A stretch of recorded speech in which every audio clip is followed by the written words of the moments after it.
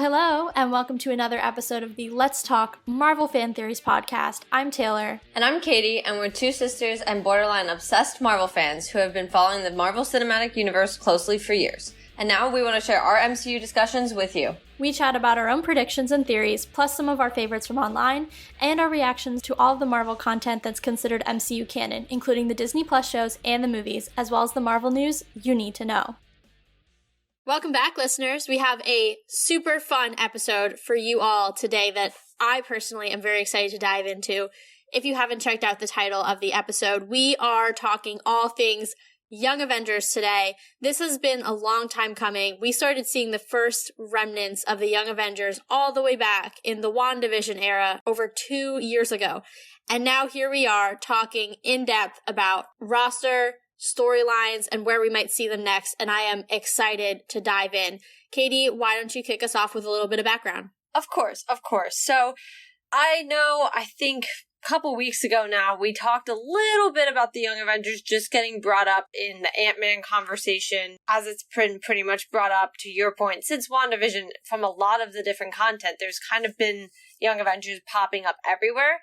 So as far as the MCU background, I'm just going to name the ones that we've kind of already been seeing pop up, just so if you're not really aware of them, or you haven't been listening to us that long, you're aware of what we're talking about. So to Taylor's point, WandaVision, we saw Billy and Tommy pop up.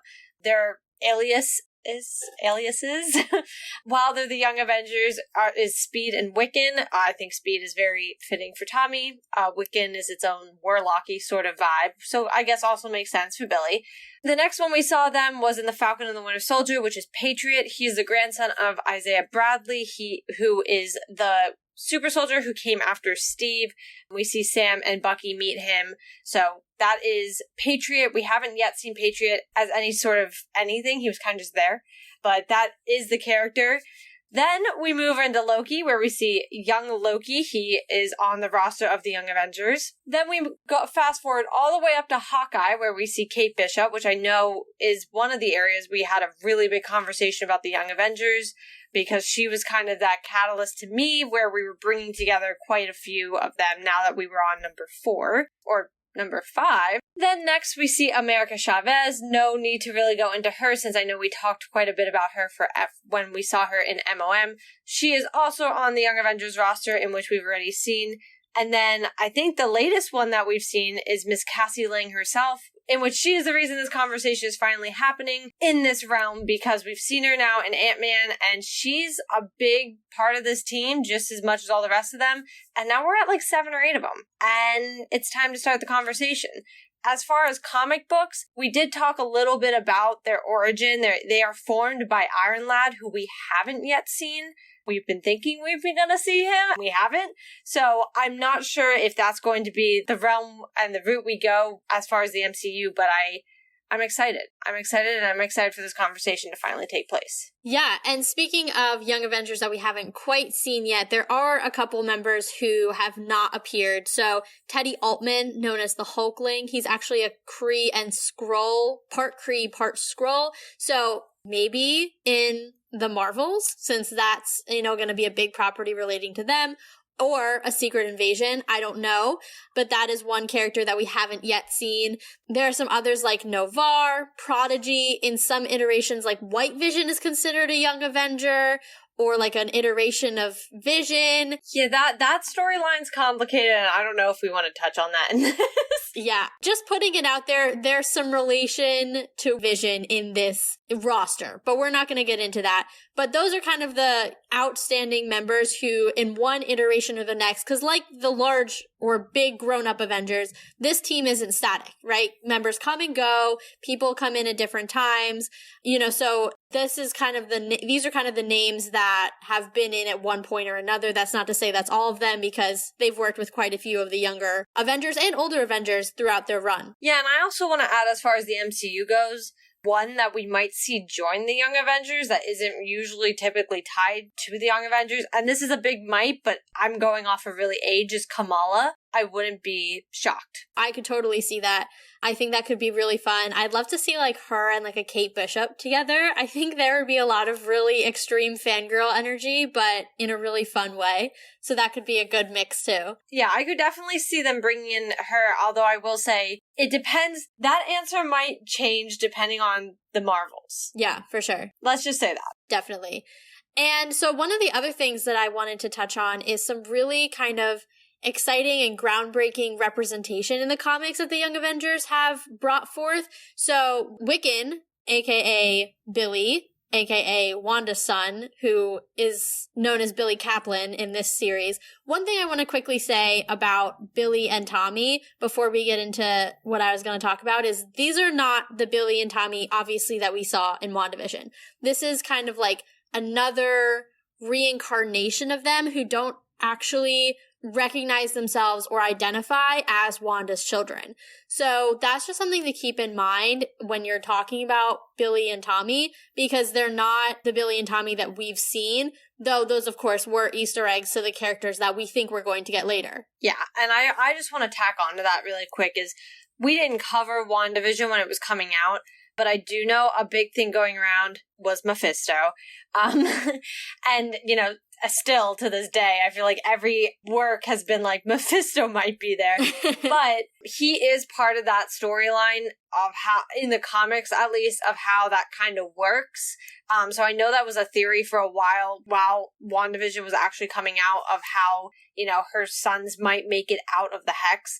Obviously, that didn't come to fruition, but in the comics, that is not the Hex necessarily, but how her sons become, you know, real is partially due to Mephisto. So I just want to put that out there. It is a complicated storyline with them, just as much as it's going to be with Iron Lad when we talk about that, because we mentioned that in one of the Ant-Man episodes as well.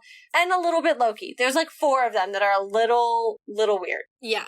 But back to my original thought, just wanted to touch on the fact that Wiccan and Hulkling are a same-sex couple, as are Tommy and Prodigy. So it was a really awesome moment for representation, and I know a lot of people were really excited about the actor who was cast as one of the boys. I am blanking on which one he was. I want to say it was Billy. Yeah, I think you're right. And so a lot of people were really excited about his casting for this reason and knowing kind of the character's background. So that's another thing. You know, I think the MCU has started to open up a little bit more in terms of representation in the LGBTQ community, and these are some really, really important opportunities to do that with characters who did it in the comics. So super excited to see that represented as well when we finally get this team assembled. Yeah, I agree. And it's also, I believe Wiccan and Hulkling end up married, actually, at some point.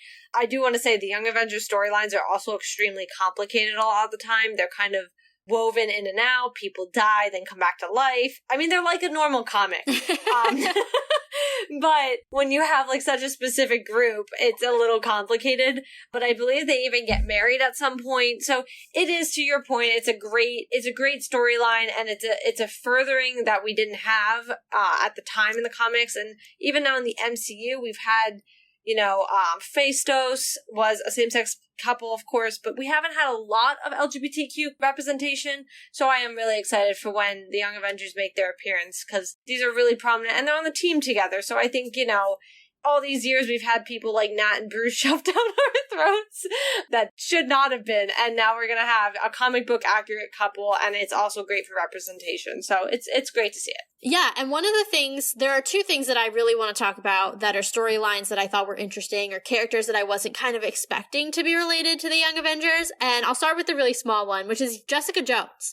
As a lot of you may know, if you've been following the show, I have been working my way through the Defenders universe and that whole kind of Netflix show, or the series of shows. Now, based on what's coming out and has been coming out as it relates to Born Again, Daredevil Born Again, it sounds like this is going to be pretty much a reboot of the show within the Defenders universe, which kind of makes the rest of them not 616. So that's fine. If, you know, they brought over characters from that show, it's entirely possible that they'll bring over the same actors from the Netflix shows that they do to the MCU shows, like they did with Charlie Cox, TBD. But anyway, one of the characters from the Defenders that I was really, really surprised to see was actually involved with the Young Avengers was Jessica Jones. And I don't know why. Maybe it's because she is so tough in the show and she's not really like nurturing and maternal, and I don't really like associate her with kids or like being involved with like younger people.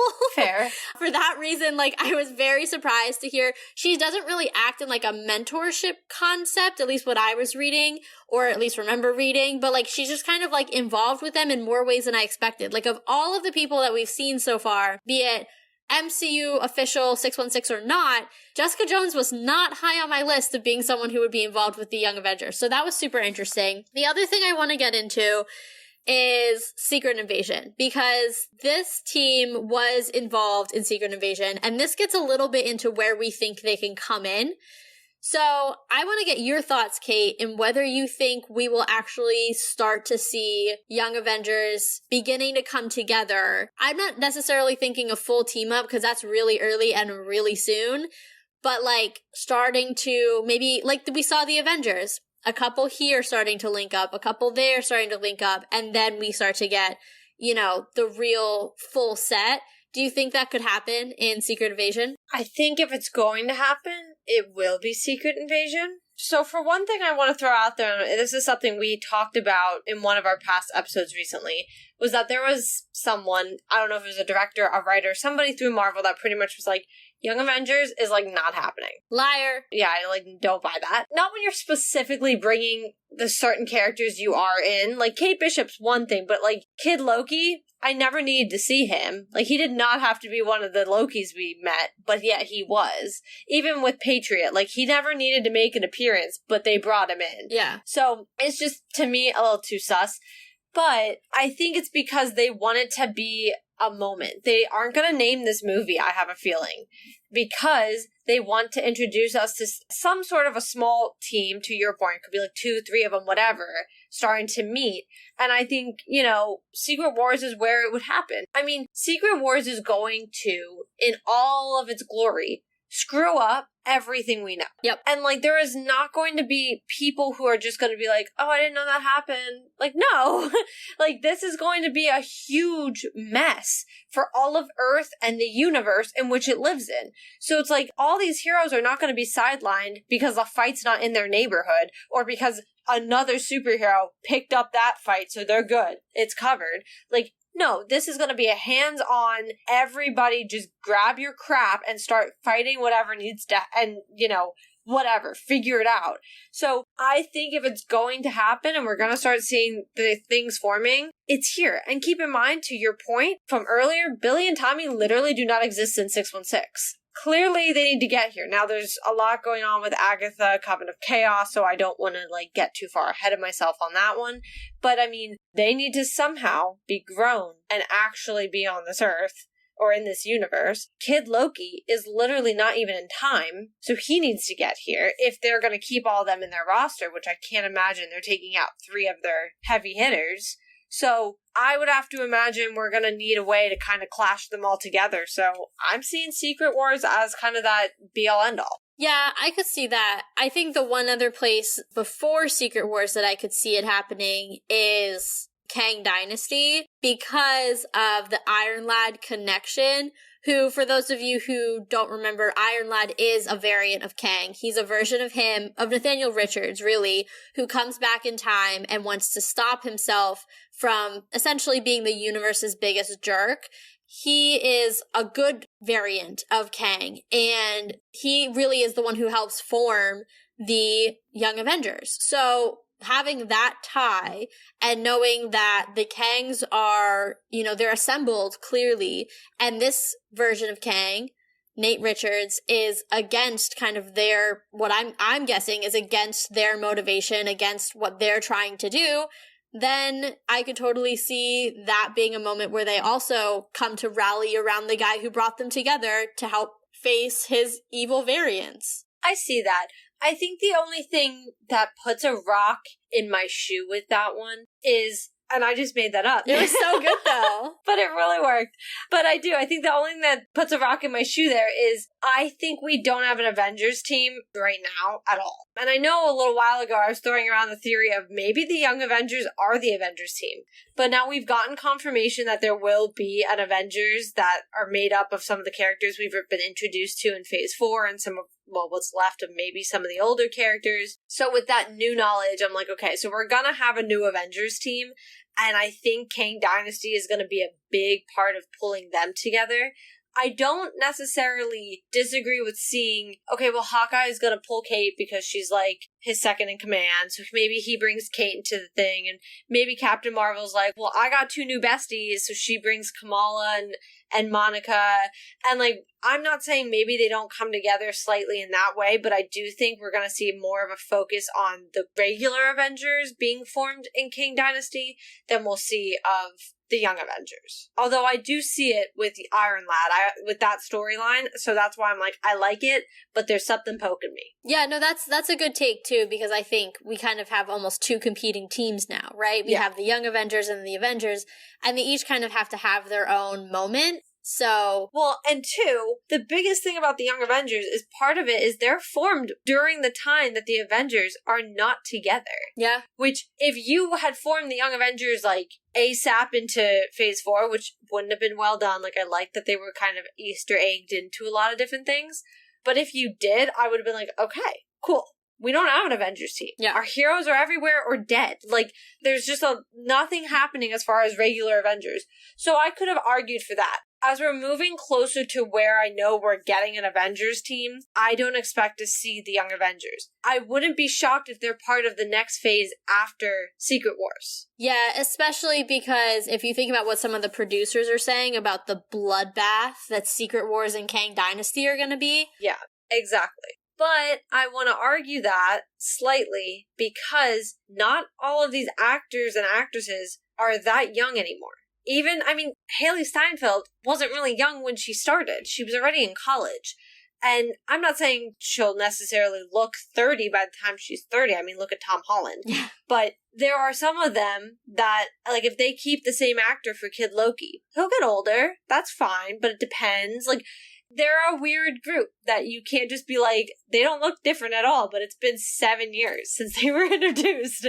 And they're obviously going to mature and grow into more of being an adult, some of these characters. Yeah, that's true. I think that's an interesting conundrum that you don't have to deal with the adults because, like, Chris Evans looked the same for 10 years, essentially, right? Yeah. You know, same with, like, ScarJo. RDJ changed a little, but he's also kind of in the age where, like, you start to change. Yeah. But you also don't notice as much with them unless you're watching all the movies, like, dead in a row.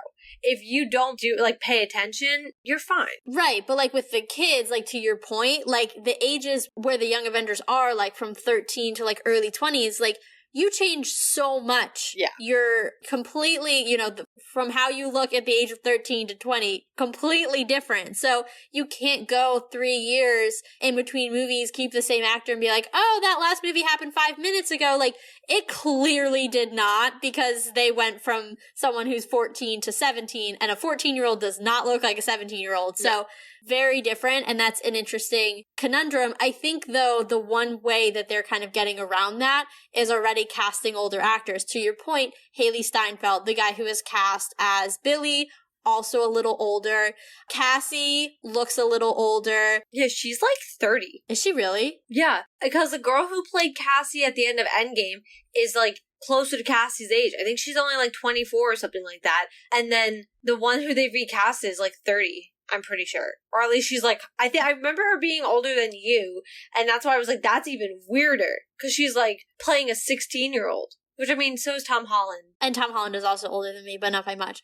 But, you know, that's crazy because she was totally believable as a 16-year-old. Yeah, well, that's what I mean. Yeah, well, that's crazy. But anyway, I think the way they're trying to get around it is by aging down older actors, and not like digitally, obviously, but like making them look younger so that those changes that you would have in a younger actor are much much more subtle in someone who's already in their mid-20s. So I think that might be how they get around that too. Yeah. And then it'll allow them to tell Young Avengers stories for longer with them appearing to be the same age. Yeah, I agree. And that's why I think, like, I don't actively expect to see a full team up. I don't expect to see a Young Avengers movie until we see the carnage of Secret Wars and we're recovering from it. And I wouldn't be shocked if there are a team then. That makes sense. There probably won't be an Avengers team left, just like after Endgame. I mean, there were reasons why there wasn't after Endgame, and there's going to be reasons why there won't be after Secret Wars. One of them being a lot of them will probably die, and I have to come to terms with that. I think the one thing, and I'm the one who brought up the death thing, so I'm kind of going back on my own, what I said. The one thing I worry about, though, with the death thing, in terms of, like, it being such crazy carnage, not that I'm advocating for it, but, like, some of these characters are new or coming into a new mantle. Like, I think about Sam, like, they're not going to just give Sam one movie, 2 Avengers movies, and then kill him as Captain America. They're not going to, you know, give Shang-Chi one solo outing and then 2 Avengers movies and then kill him, especially because people really liked that movie. So, yes, there's, like, I just think we have to, like... Are they or aren't they? I mean, I would like to think they wouldn't. Right, but here's the thing, and this is what I'm learning as we're going through the phases. We saw something that we will never get to live through fully again, and that's the first 10 years of Marvel. They were building from the ground up. They needed to have some sort of consistency to a different level because you can't just do a one-off. I mean, look at DC. You can't just do a one-off movie here of a character and a one-off movie here of a character, and suddenly now this villain has their own movie and they're like some sort of bad guy but good guy now because that's what they want to do. Venom, question mark? Oh, I was going fully Black Adam because that is what it is. I don't even know what happened. I mean, look at Harley Quinn, same thing. But that's what I mean. Like, well, Suicide Squad, though, I kind of, like, I get, like, that was a whole thing. But DC is just throwing stuff out there and throwing random characters into the mix. Versus Marvel did it by working off the backs primarily of 3 main characters. And as they brought characters in, those characters were being introduced to those 3 main characters who held the crux. And we know that. Look at Endgame. Why do you think they're the 3 who stood there and went up against Thanos together? Yeah. They carried the MCU on their back from the get-go.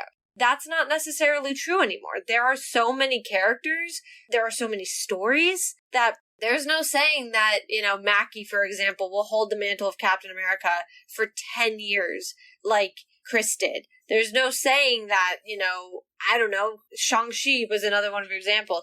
He'll be in the hero scene for the next 10 years. Maybe he will be. And maybe Mackie will too. But, you know, I think we need to throw out the cards of what we saw before because Phase 4 has shown us that's nothing what Marvel wants to do. That's a good take. It's annoying, but it's a good take. It stresses me out, honestly. I know. It, like, the idea of there being, like, no set, like, I understand why people get frustrated with the formula. I do. But, like, the formula is, like, comforting in some ways because, you know, like, all right, I really enjoyed watching Simu Liu, and he was an awesome actor, and I loved his take on Shang-Chi. I'm going to get at least 2 more movies with him. But to your point, that's not necessarily a given anymore. I sincerely hope we do, but, like, I don't know. Well, and look at Endgame, too. Like, Endgame, I will tell you, I did not for a second go into that movie thinking Black Widow was going to throw herself off a cliff. Yeah, that was a lot. That was so flabbergasting to me. I was, like, before I could even cry, I just sat in, like, shocked silence. This is what I think they are going to want Secret Wars to be like. A lot of us fans know or will do our research or have read the comics if you're comic book fans and know what Secret Wars is going to be like. But that doesn't mean we need to go in with expectations. I think they're going to sit there and pull out stops everywhere because it's shocking. Just like, I know Marvel didn't do this movie, but like Spider-Man 2, when Gwen actually died, yeah, no one thought that was going to happen because none of the other superhero movies had that. I mean, yeah, we had Harry die in the other one, but like he sacrificed himself. Gwen, like you're thinking Spider-Man's going to save the girl. Of course he is. and he doesn't. Like, it's things like that, and that's what I'm expecting from Secret Wars. So I expect our Avengers to get leveled, and I expect Young Avengers to be the ones who step up in the meantime, just like in the comics, how they step up in the time where there's no Avengers. Can I say something that's going to be really annoying? You usually do. That is so rude. The one thing I'm going to say is death is not death right now because of the multiverse. Will we potentially see another Earth's Kamala Khan die? Another Earth's Carol Danvers die? Another Earth's oh my god, may the day never come, but another Earth's Peter Parker die? Could we see that and yet our 616 remains intact?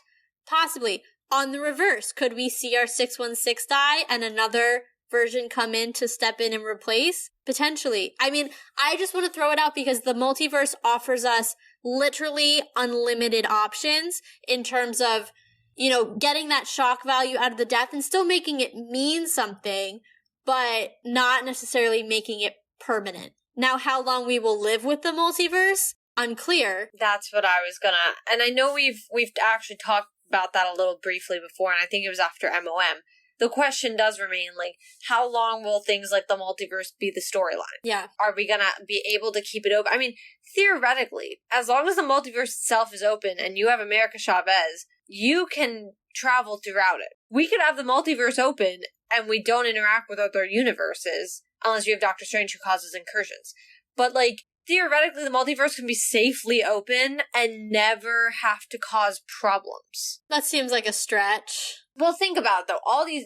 Okay, if Kang wasn't a thing, and Doctor Strange wasn't causing incursions by traveling through the multiverse, every universe would be living its life normally, however that universe lives its life. I mean, America has literally been traveling throughout all of these universes and sees them, you know? Like, she sees them all highly functioning and or doing whatever they're doing, even if they're a paint world. Like, it's there. So my only thing, if they don't close the multiverse or snip it or whatever, if they decide to leave it open, I could see them being able to say, as long, like, here are the contingencies. And if we defeat Kang, who's already going to just be a threat, and clearly every Doctor Strange is also a threat, so that's its own cup of tea. But, you know, theoretically, all of these universes could be existing to some degree within the same realm. I'm like, what's bigger than a universe? I don't know. And not necessarily be causing nonstop problems. I just feel like to close the multiverse, you don't just, like, open that up again someday. Yeah, I mean, I agree. It does limit future storytelling power in, like, a lot of ways. So I'm not advocating for the closing of the multiverse at all. I just, to your point, like, this is called the multiverse saga. Is it going to be the focus or a background thing? If it's a background thing, like, what does multiverse gardening look like? Like, we saw the pruning, but, like, regardless, I still think you're going to have timelines, like, circle, essentially, like, if you're having the sacred circle and then you have branches coming off of it, these branches are eventually going to grow into one another and cause incursions. Yeah. Well, that's what I mean. So there's complications, but I mean, I know it has to be used to bring some of the Young Avengers in. Beyond that, it would be more of a plot line, and to your point, to bring people back. I mean, I mentioned before, some of the Young Avengers don't make it in certain storylines, and then they, like, come back. So, I mean, that's to say if they do those or they stay accurate to some of that. But, you know, something with the Young Avengers too, though, there's a lot of traveling amongst the multiverse or, like, places in the multiverse. They play a part when Wanda does her whole No More Mutants kind of vibe. There's a whole part with that. And they, like, travel to find her from a different time. Like, there's a lot going on in where the Young Avengers are, and a lot of their storylines are really crazy because of the multiverse aspect. So I feel like if they're going to be the next thing, which is what I'm going to solidify on this podcast, that I think they're the next group, I would have to think the multiverse stays open. Yeah, I think you make a good point. It makes me wonder, and, like, not to get way too far ahead of myself or ourselves, what's the next saga? You know, what's bigger than the multiverse, right? It makes me wonder. I agree. But I will say, too, like, I mean, there's always something bigger. And even if it's not necessarily bigger, there's always a different threat. Yeah. That hits home a different way. I mean, Thanos was only a threat because of Infinity Stones, which we built a whole saga off of. You know, there's a lot of crap out there that I'm sure, I don't even have to say I'm sure, that I know that they can pull from that is not hard to create a whole new couple phases from.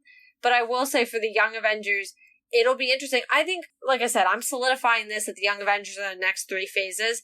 I fully believe, like, we would spend the first phase, not just them, but, like, the focus is on them building as a team. I see that wholeheartedly, just like the Avengers. The first phase was primarily focused on building the pieces here and there, keeping them in contact, and then it culminated more in the first Avengers film. I see it going back to some sort of formula with them.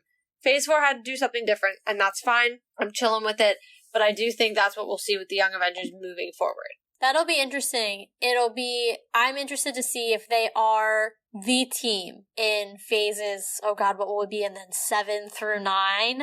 You know, how do they relate to some of the older Avengers who survive? So, like, I'm thinking, like, a Shuri right now, who is a prime example of an Avenger who is kind of out on her own. She could logistically be made to a Young Avenger. She's another one. Her, like Peter, technically just by age, not by ability or anything. But, I mean, look at Wiccan. Wiccan one day is going to be, I mean, is his mother's child. Oh, yeah. Like, look at his abilities even from WandaVision, and he was, like, 10. Yeah.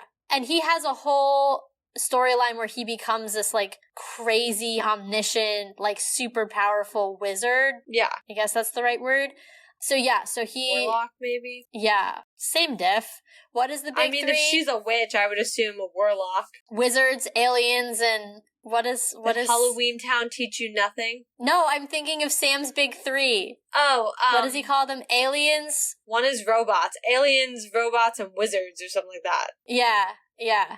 I don't think it's that order. I don't know what the order is, but I think those are the 3. Yeah. Anyway, over. But I think it'll be interesting, you know, like I was saying, Shuri is kind of out on her own right now based on just everything that's happened with that franchise. Shang-Chi's a little bit more tied in because he's in with Wong, and Carol. But, like, there are definitely Avengers right now who are kind of out on the side. And I think that Secret Wars will bring them all together, but then I wonder, like, will we see another dispersal like we saw after Infinity War? And then, like, how does this team being fully formed relate to those Avengers who are kind of right now doing their own thing? Not necessarily right now in terms of, like, phase 4 or 5, but, like, phase 7, 8, who are going to be doing their own thing. You know what I mean? Yeah. I think I wouldn't be shocked if the Avengers who are doing their own thing very much act as mentors. Yeah. And not just that, but, like, they still maybe have their own movie here, there, or show, or whatever, but they make their appearance. Like, I think of, like, Age of Ultron's a great example. Rhodey just shows on up. Yep. And Sam. Well, yeah, I was gonna say Sam, but Sam's really only at the beginning for that little bit. But, like, Rhodey's there all of a sudden, he's like, let's fight some robots. And I'm like, okay, Rhodey's here now. Like, you just accept it and move forward. So I wouldn't be shocked, too, if we kind of see some of them like that. I think Spider-Man's a great example where he can stay fairly independent just because of the premise of him already. And then plus, obviously, he's shared with Sony. I think that can be complicated sometimes. Honestly, to be quite frank, I'm surprised he was even allowed to be in Avengers films. Yeah, I mean, that was shocking. In a really good way. Yeah.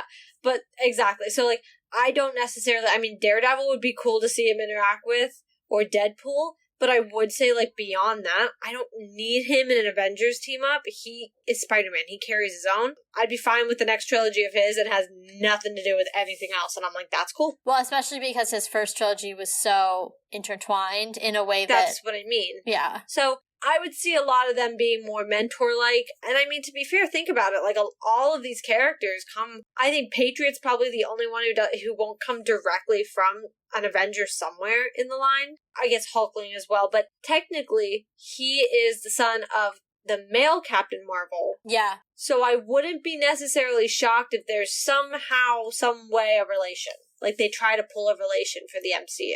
Oh, so you're saying literally swap out Carol for her predecessor in the comics? Yeah. Because Carol, to my understanding, was Ms. Marvel and then became Captain Marvel after Marvel. Yeah. So if you just completely negate Marvel, obviously now Kamala takes on the mantle of Ms. Marvel. Is that her son, or does something happen with her blood, like, because her blood is such an important thing. That's what I mean. Like, I read that as, I'm sure the MCU would doctor that a little bit. Oh yeah, it's a classic case of take the source material and switch it up to make it fit. Exactly. That's not, minimizing it. That's what they do. That's what makes it fun, because then you're not literally just watching a book come to life. Well, exactly. So I think, I could see that twist.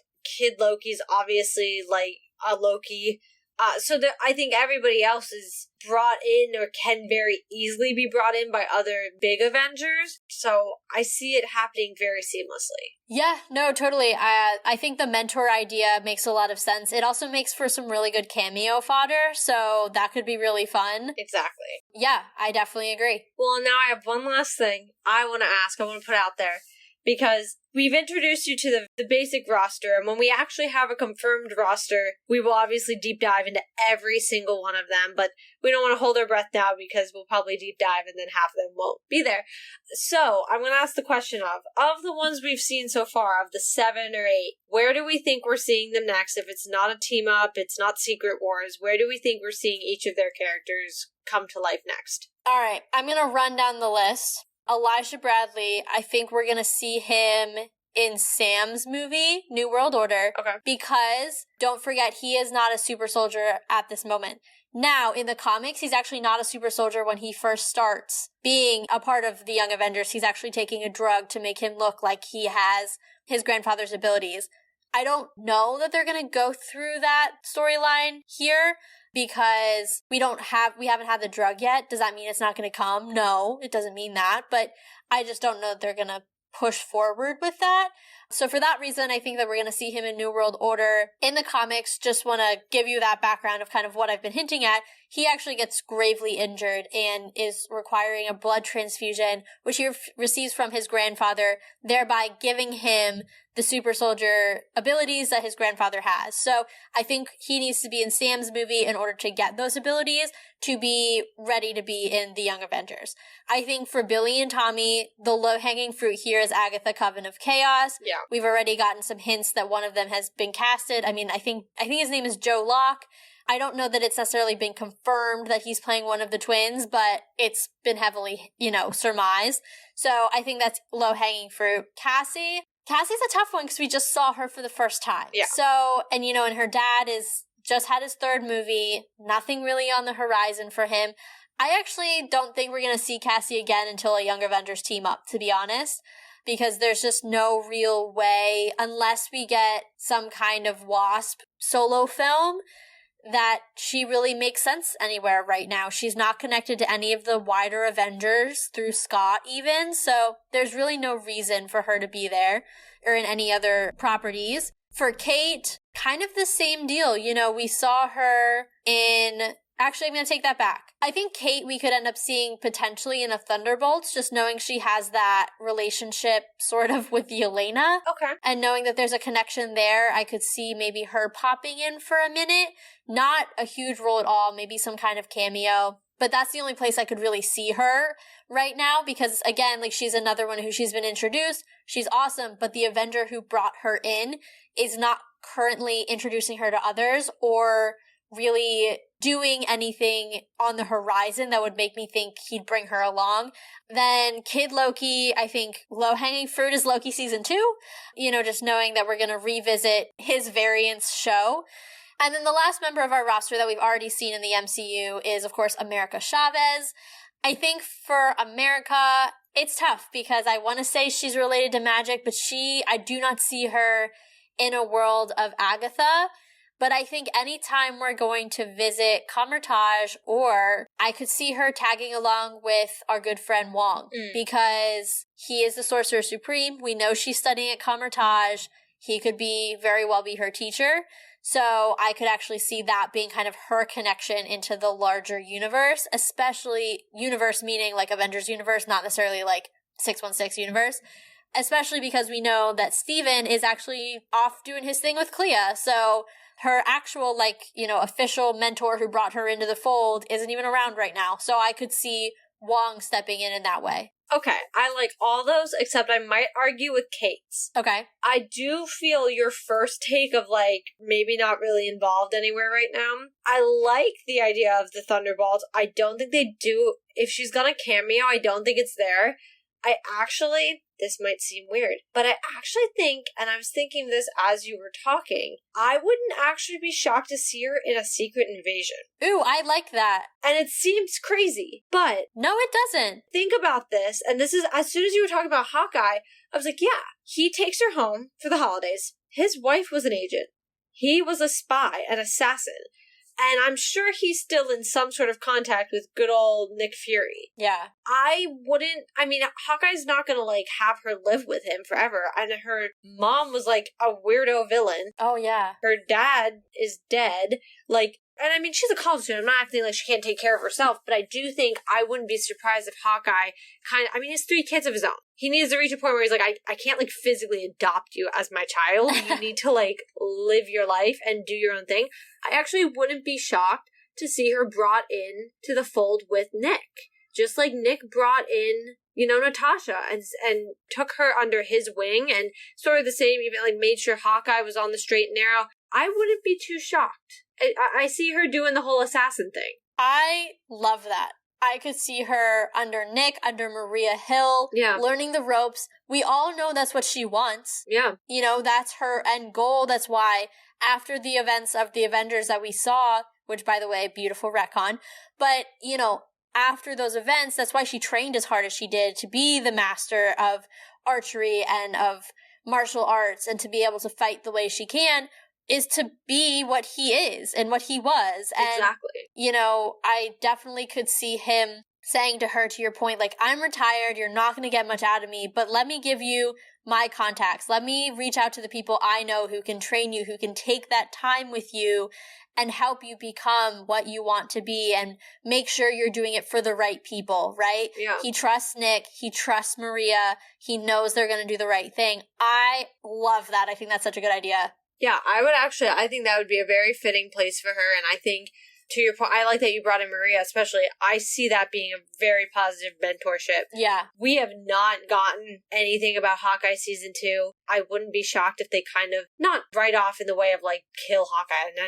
No, not at all. But write him off more in the sense of, now he really is retired. Yeah. Now he's done. So I wouldn't be too against, this is how they keep her story going for now, without it staying in the Hawkeye show. Yeah, I agree. I really love that. I think that's such a smart take. I really hope that happens, actually. Like, if we have to, like, speak anything into existence, I hope it's that. Well, like, I even think, it's Skrulls. She'd be so good fighting Skrulls. Yeah. So I'm like, could you imagine? And then I can already picture it. Maybe this is the Hunger Games of me that just watched that again. But, like, I could imagine just an arrow comes flying into a room at some point and just pans over and it's Kate Bishop. Right? And, like, the best part would be, like, it would hit someone who you'd be like, oh my god, she just killed blah, blah, blah. And then she, like, kills them and, like, the glamour fades from the Skrull and you're like, oh my god, it was a Skrull. And then, like, you're right, it's like Kate Bishop. Like, what a reveal on both fronts. Yeah, exactly. And then it's like, who are you? And it's like, there's gonna be, like, a little laugh joke there that she makes because she's awkward and she doesn't know what to do. And that's how it's gonna be. And then Nick will, like, walk into the room, or Maria will walk into the room and they have to explain who she is. That is my vibe already. All right, guys, we just wrote it for you. Make it happen, Marvel. Let's go. You heard it here first. I know. And then it's not going to happen, but it's going to be a hopeful thing. Yeah. I hope they give us writing credits. All right. Anyway, this has been a super, super fun episode. I think the last thing that I just want to say is how excited I am for this group. I think there's so many potential stories. There's so many good characters. And I think they're going to be a really fun group as well. Like, obviously, there's a lot of heartbreak that happens to them. There's a lot of really tough stuff that they go through. But I think just anytime you get kind of that younger vibe in there, it's always going to be a little more lighthearted than the adults. So I'm definitely excited for that kind of vibe switch. And I think it'll be a really, really fun franchise to watch grow. I agree. I look forward to it. I would prefer if it came sooner rather than later, but I do think we won't see it until probably end of Phase 6, more leading into Phase 7, unless the Thunderbolts take over Phase 7, which I also will not complain about. But I would like to see them. They've graced their screen. I think there's a lot of potential there. And even, not necessarily forever being Young Avengers and eventually all just becoming full-blown Avengers, and that's our team. I'm like 100% there for it. Yeah, and that is the end of our Young Avengers episode. Hope you enjoyed it. Hope it was informative in terms of the roster and the background of some of these characters and a little bit of insight into potentially where we might see them. So if you guys are looking forward to our future coverage of any and all Young Avengers sightings, you can subscribe on your podcast platform of choice and also check out our blog for supplemental materials. And new recently to our blog, you can also support the show by shopping the affiliate links. When you make a purchase using one of those links, we get a portion of the proceeds, which helps us keep the show going. Also, make sure you guys follow us on Twitter at Let's Talk MFT and Instagram at letstalk.mft. And in 2 weeks, as we're sticking to our 2-week schedule, we will be covering, the man himself, the man of the hour, of the day, the week, the month, the year, and all the phases and universes, Kang the Conqueror. So we will be deep diving onto his character, especially after seeing him in Ant-Man, seeing a couple of variations, but I guess technically I should say variants. A couple different variants of him, and we'll deep dive into who we saw and what we think might happen there with him as well, and then all the versions of him coming to our heroes in 616. So make sure you guys are ready for that in 2 weeks and catch up with everything else in the meantime, as Marvel just blew your mind, so let's talk about it.